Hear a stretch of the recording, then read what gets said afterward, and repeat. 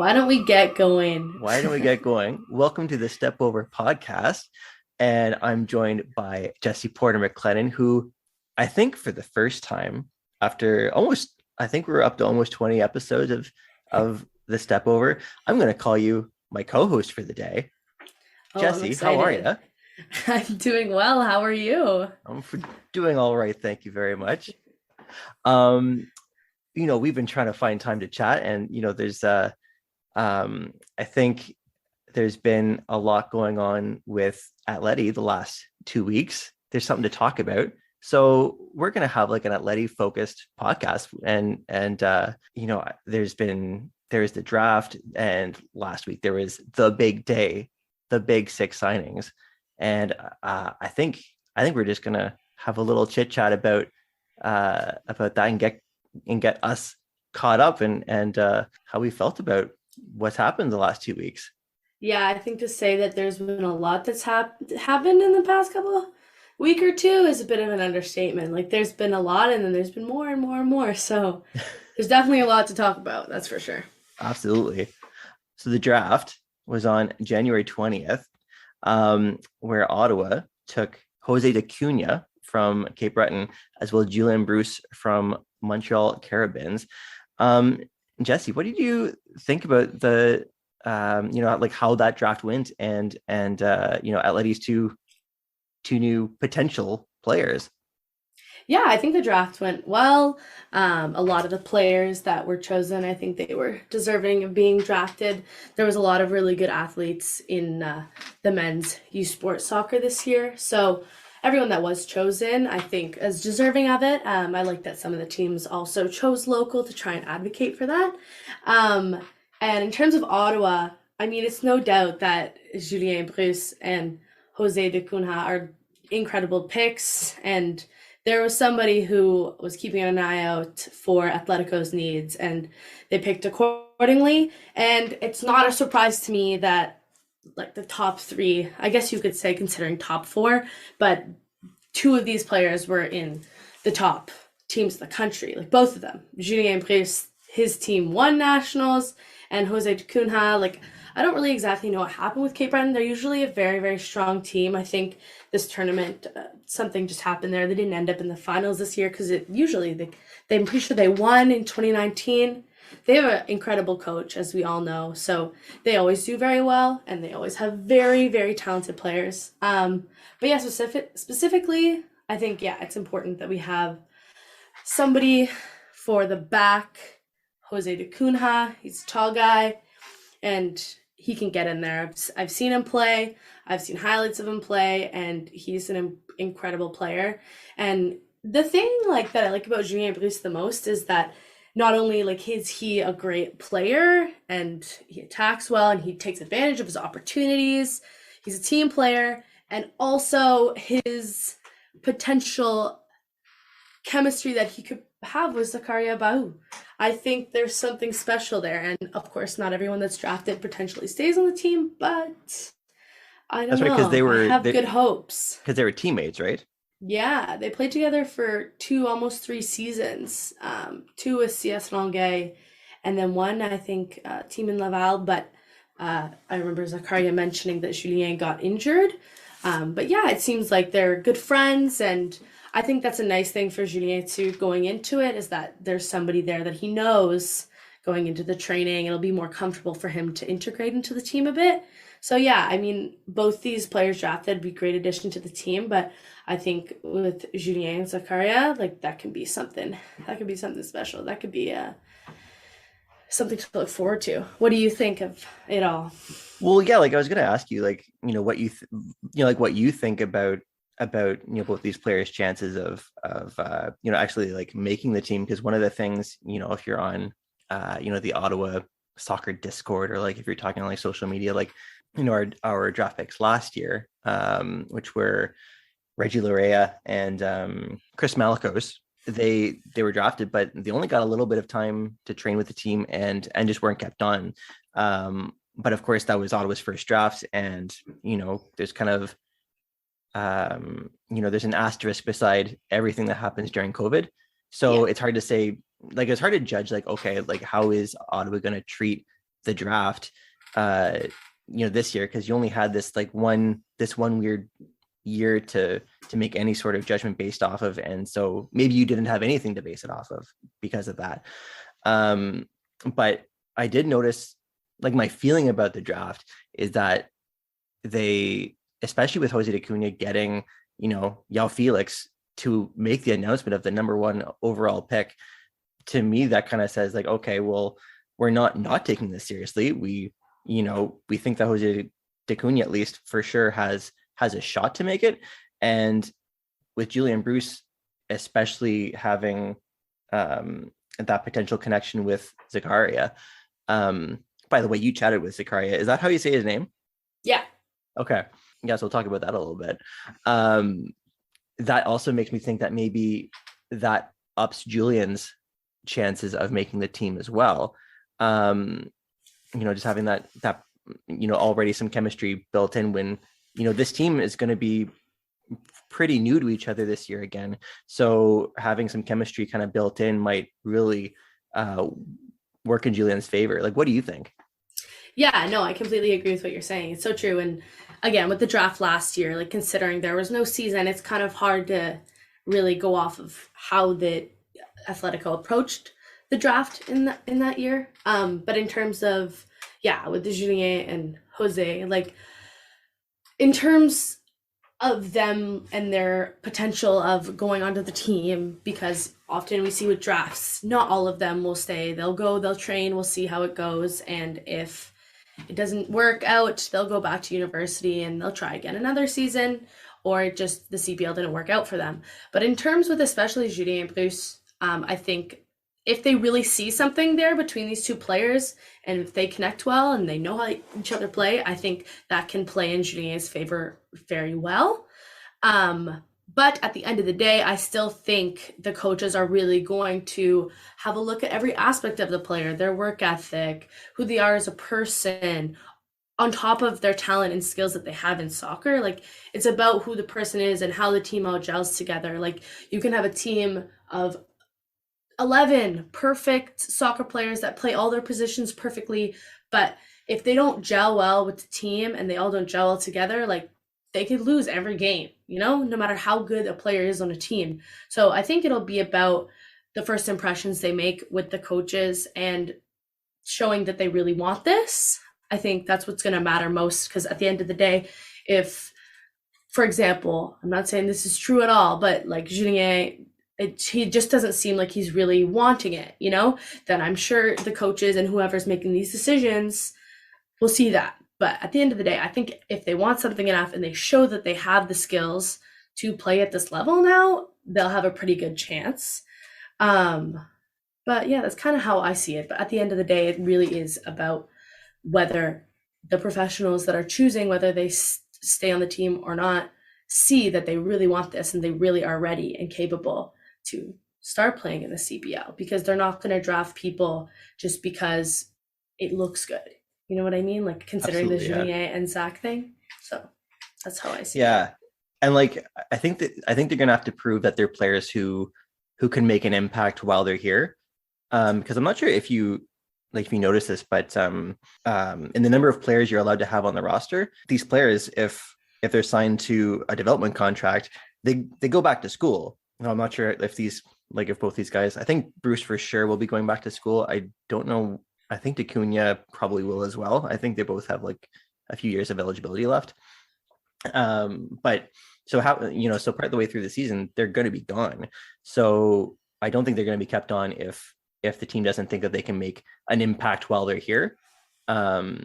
Because once they're gone, they're going to have to fill those spots or just be 2 men down for the rest of the season. So they're going to have to show value, and they're going to have to show it right away. Otherwise, they're just going back to school right away. Yeah, exactly. So that's why it's just so hard to say, because they're both so young, right? So they still potentially want to have that education under their belt. But you see players like Mateo, he's just going right into the professional contract, and you never know. These could be players that do want that, but like you said, it's very likely that it would be a situation where they want to go back to school, so they'd like that type of contract. So yeah, I completely agree with what you're saying. They'd have to really impress and really show that they can give something to the team and help them win and help them get to where they want to be in their goals in the time that they're playing, because again, their roles are going to have to be filled when they leave partway through the season. So that's a very important point to bring up. I completely agree. Now, was there anything that surprised you about the draft? I know we were talking before about the fact that no Carleton players got drafted. Was that a big surprise to you? Yeah, I mean, two things surprised me the most. One, before we even get into Carleton, is that you picked 3 people out of 5 that ended up in the draft. Look, Mr. doing his research. That was pretty impressive, Josh. No big deal. No big deal. That was pretty impressive. Although my top pick did not get picked, which really surprised me. But I know, and you were I'll so take the 3 out of 5. 3 out of 5 ain't bad. Not bad at all. Not bad at all. I'll take that. In terms of surprises, yeah. So specifically, no one from Carleton got drafted, and like to sum it all up, the way that I see it is in terms of Atletico not drafting somebody from Carleton. Initially, it's like, yes, like why aren't you taking advantage of this opportunity? Really, what Atletico, in my opinion, should have really been looking at is Matteo de Brienne. That was something that's definitely something that should have been on their radar, and they should have been in talks with him, because he could have really made a difference for this team and really made a difference for the community and a fan base and even just a marketing base for Atletico. It could have been something that's really helpful. And I know the Matteo de Brienne situation is something that's been talked about a lot, but at the end of the day, that is something that should have been on their radar for sure. In terms for the draft picks themselves for Atletico, I think that they did their research and they picked players that catered to what they needed. So at the end of the day, it's upsetting that no one from Carleton was drafted. There's a lot of very talented players on that team, some of them who have had chances to play and have played or been drafted to the CPL already, like Gabby Batar and Dario Conte. So unfortunately, none of them were drafted, and it's definitely upsetting because a lot of them are very talented and ready to play at this level. But again, when you're seeing other teams, yes, there's 16 picks, 16 total players that are going to the draft. But when you see some of the teams that did make picks in order to cater, not necessarily cater, but they did specifically look at local talent in order to try and have that relationship, it's like that's eliminating Carleton from being able to be picked for some of those situations, right? So at the end of the day, I think it is upsetting. They were second best team in the country. But another really important factor for Carleton's performance this year is hosting nationals and having that 12th player in the crowd. That has, I think, another huge effect on how they performed this year. So at the end of the day, it's a lot of them do deserve the chance to be drafted, but I think the teams did their research and made sure they were picking from the needs that they needed for the team, for the fan base, and stuff like that. In terms of Atletico specifically, I think that what could have really helped them was just looking at Matteo de Brienne more seriously and really trying to get him to come play for them, as fostering that relationship between Carleton and Atletico better. Like we've seen from their statement, like they say that Carleton and Atletico, they have a mutual respect for each other and they are looking out for each other. I was very happy to see that. At the end of the day, I'd just like to see this implemented more into the Atletico Soccer Association and the way that they do their draft. But at the end of the day, they made some terrific picks, and I can't really complain, you know? I think I'm 100% with you there. And I know initially I was I don't think I was ever really angry or upset that Ottawa didn't pick local, you know? Like that's not their job, right? Like their job is to pick the players that they want, whether they're from Carleton or not. And like there's no doubt the Carleton team is pretty stacked. But with only 16 picks and 162 players or whatever declared for the draft, and a lot of those players were really quality, I think it just showed there's room for more. Like there should have been more rounds, really, just to see more of that talent get at least like another look at the pro level, at least in the immediacy.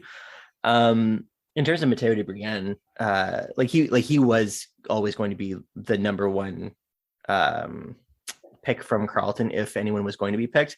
And I think maybe that just shows a little bit of Atletico, maybe their naivety in not having any conversation with him ahead of the draft. I think that they just thought, oh, well, he's going to be available.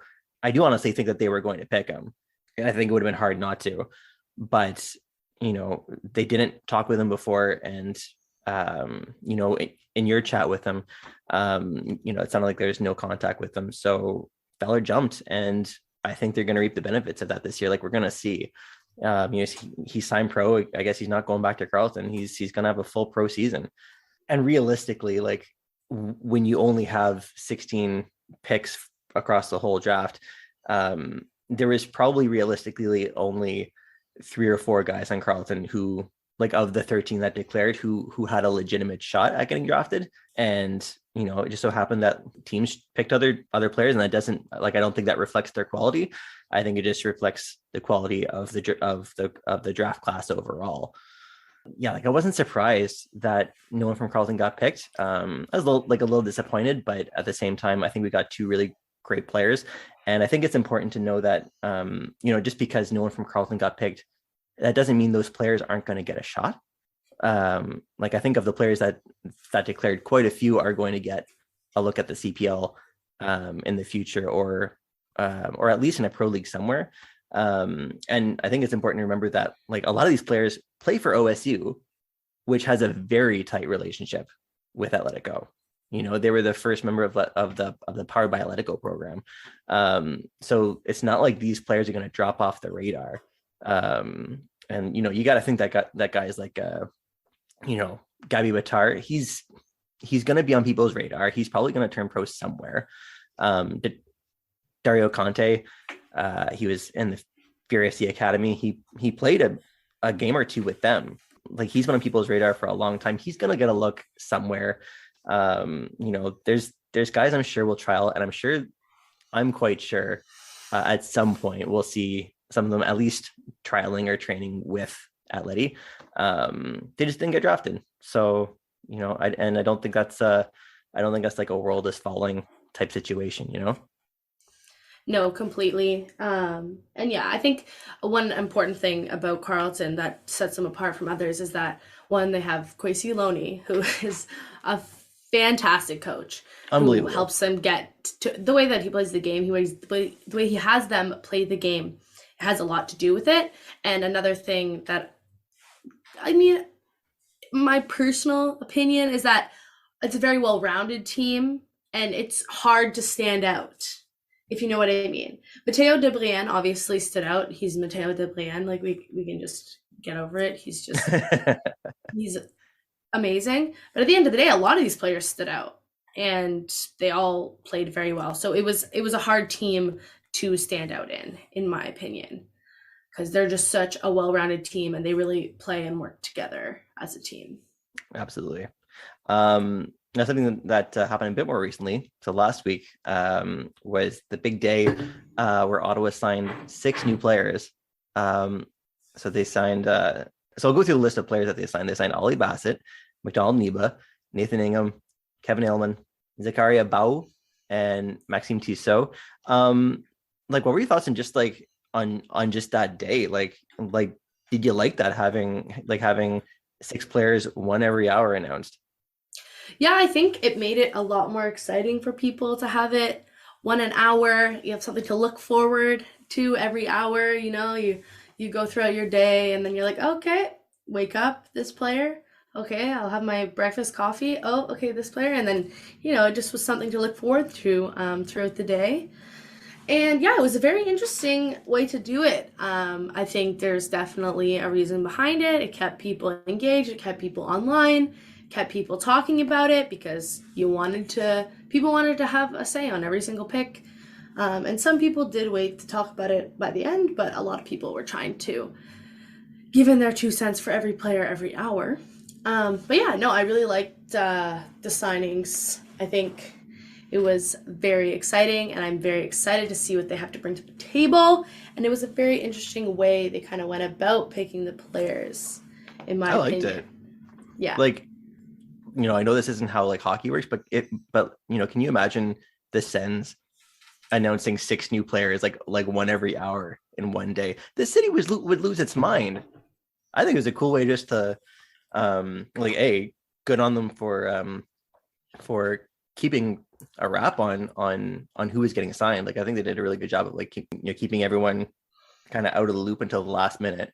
I think one player got leaked a little bit ahead of their announcement, but everyone else were kind of surprises. You actually chatted with one of them, Zakaria Bau. What was your impressions of him? Yeah, so after the draft, like I was like, okay, I'm gonna talk to one of these players. And right away, like I don't know, Zakaria Bau, I was just like, I want to talk to this guy. Like this guy he pulls my attention from all the stuff I've been reading about all the players. I was like, this guy is different, he's special.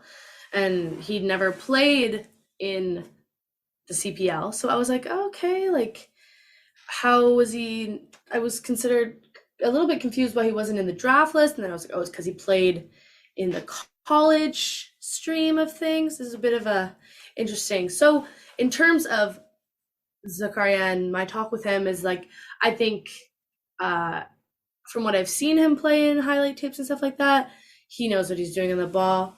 It was interesting because I asked him what he's going to bring to the game, what his way of playing is type of thing. And he was like, like I could give you an idea, but I'm really just an in the moment type of player. Like everything that I do, every way that I play, it's like it happens in the moment, and I'm very instinctual right in that moment on what I do in those situations. So it was very interesting, and he seems like a very down to earth guy and very excited to play for Atletico. So yeah, I have very good impressions talking to him, and I have very, very good intuition about how he'll add and play for Atletico. And he's on a I believe a 2-year deal plus an option for another. And I really like that about I think most of the players actually were on multi-year deals. And first off, I just really like that, like knowing what are these contract lengths, and knowing how long they'll be here. So we know that for 2023 we're going to see a lot of, we know that we're going to see some of these players returning again. And also for a guy like Zakaria Bau, he's got so much potential by the looks of things. And, he's been playing in the PLSQ, I believe, since he was 15. So against men, and holding his own. He's got, that's sort of what this league is for, is players like that with, sell on potential, to help make teams like Ottawa profitable.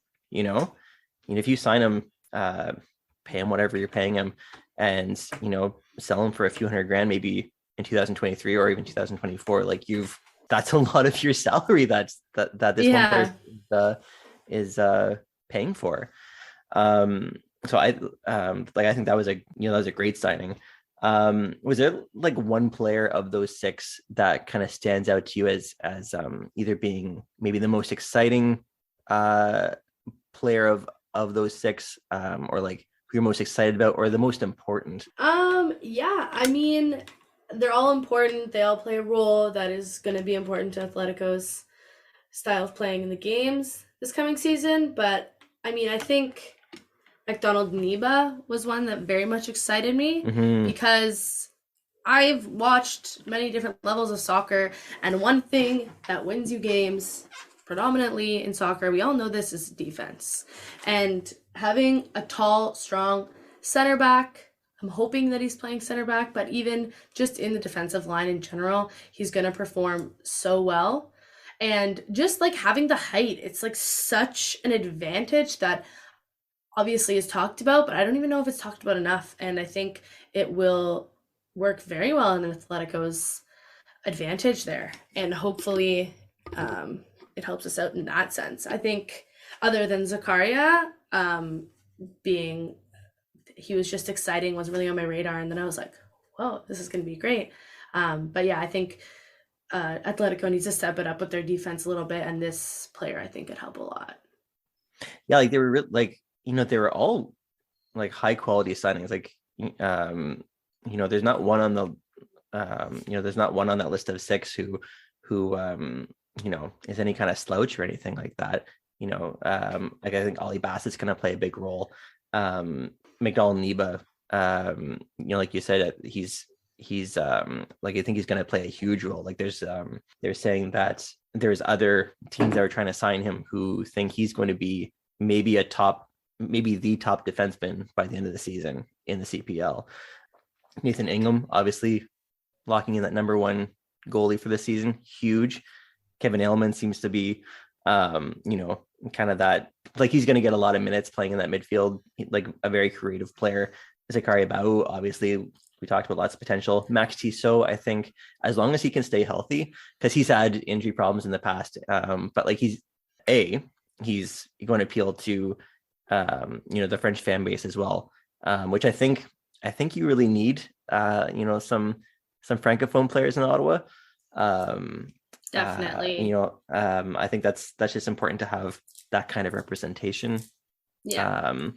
And at his age, this might be his last team, is kind of my thinking. And if he can stay healthy, he's gonna provide leadership, and like when he's healthy, he still performs. He's still a very good player. Yeah. I was thinking about this question, and I think Nathan Ingham for me is probably the most important, because Dylan Powley. Having an important keeper is like one of the most important things in a team. Like we can see it with Team Canada, like that goalie kept them in their game, so Super Boyan. Yeah, exactly. So I think securing a very good starting goalkeeper was a very important thing for Atletico. And then, I just wanted to touch on quickly what you had said about having players that cater to a French fan base, is like that Atletico has completely been doing that. We have Zachary Bau, Maxime Tissot, and then also Julien Bruce. Like you can see that they're doing that. Like it's not even a secret. I can see it, and maybe other people can't see it. You can see it. I can see it.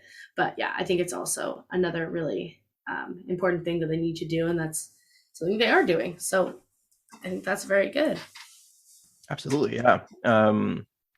So I was going to say about so actually just a few like an hour ago, Dylan Powley announced that he's retiring. But he played such an important role last year. He became such a fan favorite, and like he really proved that like he proved his quality at the CPL level. But he's decided to move on, and we just want to congratulate him on a fantastic career. He should be really proud of that. But without having that starting goalie anymore, I think that was such an important thing to lock in. And Nathan Ingham, he's a proven guy. He doesn't have to prove himself at this level. He's already proven it. Like we know that he's a top goalkeeper in this league, and now he's ours. And I'm really excited by him. Like he, like when I watch his highlights, he reminds me so much of Romuald Paiser, who used to play for the Fury, who in my opinion is probably the best keeper in Ottawa club soccer in our city's history. Like his command of the box is phenomenal, and we will hear him all over the stadium, I'm sure. He's not shy, and he's going to make some big stops for us, and I think he's going to be seen as probably our most important signing of that day. I think we're going to wrap things up. Jessie, this has been really fun. I got one more question for you. Like what would you like to see announced next from Ottawa? Like, do you want to see some more players announced? Do you want to see a coach, mascot? There's so many things. Should we have a mascot, actually, Jessie? Should we, like let's put a pin on the player or coach. Should we have a mascot? We don't have a mascot. I don't know. I think Brandon and Eddie play a pretty good role as a mascot. That's with the true. Megaphones. That's true. I mean, I guess they could add. Yeah, I guess they could add like a potential mascot. They could do some like dances and stuff like that. I think at the end of the day, the CPL is really trying to keep a very professional rap on the CPL in translation to the other professional leagues. So they're trying not to have too much of, commercial things integrated into it. But I don't know. But I think everyone else has a mascot, don't they? Yeah, but it's because it's Atletico Madrid, right? That's true. I think that's why they're trying to keep it unlike that. But I don't know, like a mascot could add something, especially for like the kids and stuff like that. But I don't know. It's a good question. I haven't like really fully Atleti, thought about it. like Atletico Madrid, they have a mascot, but Atletico Ottawa, we don't have one. Interesting. Yeah. Do you Very like mascots? interesting. I don't know. I don't love them. I don't hate them either. They don't change things for me, you know? Like Green Bay Packers is like my favorite like professional Mhm. team, and it's just like there's not much of a mascot. I don't even think they have a mascot. And if I they think did, I wouldn't it's just like a notice. block of cheese, isn't it? It probably is just a block of cheese that just like sits there in the corner of the field. Yeah. No, exactly. But yeah, I think the idea of it is like the fan base is the mascot, you know, and that's what they want. They want a loud crowd. I saw the Canada game. You see the crowds there from the men's team. Like that's mascot enough, you The know, fan even base more. is the mascot. Should we Yeah. trademark that? I like that. Should we trademark that? I think we might have to trademark the the fan base is the mascot. I love that. Yeah, I I don't know. do. That's That's just kind of how I fantastic. see it. No, I'm a big fan of that actually. Okay, well, my original question. Okay, so would you like to see a coach announced next, or do you want to see some more players to kind of flesh out this lineup? Okay, so there's two things that I want to see announced. One, super serious. One, I'm serious about. I don't see it happening. One is a coach. I really would like to see a coach be announced. This is so important because once you get to know coach, then you can kind of get a better idea of how this team's going to play and how it's going to work. And the fact that there's no coach just it leaves so much ifs out there, and I don't like ifs. And then the other thing I would like to see announced is a new PA announcer for Atletico. Oh, interesting. You know, I think Do you know someone who someone? goes by the name of Jessie Porter-MacLennan would really I've heard she's good. add to the atmosphere of Atletico games. And I think it would be a great asset for the team. So those are two things I'm hoping to see announced. I don't know who this person is, but I've heard she really practices her like pronunciations.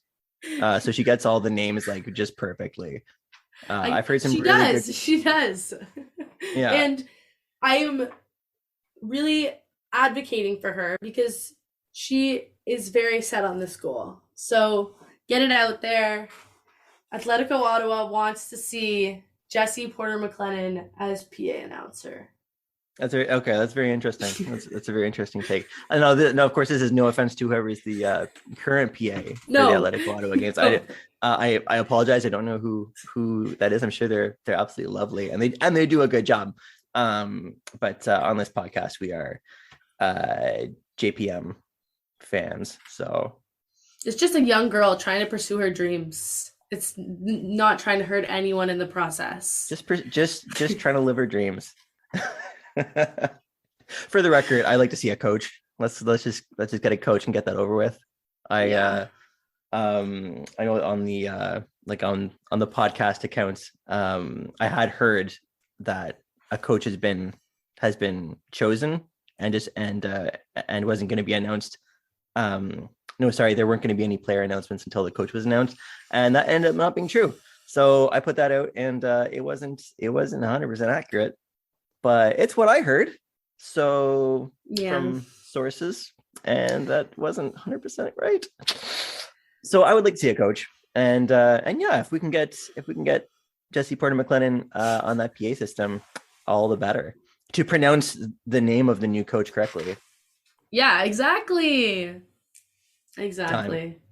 Done. All right. Well, that's it for this episode of the Step Over podcast. Jessie, thanks for being my first co-host in Step Over History. It's been a pleasure. It has been a pleasure for me too. Anytime. Bring me back whenever you'd like. Talk about anything. I enjoy these podcasts and these conversations, and I hope others do as well. Absolutely.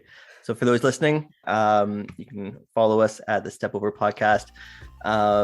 Like, subscribe, do all that stuff. We'll see ya.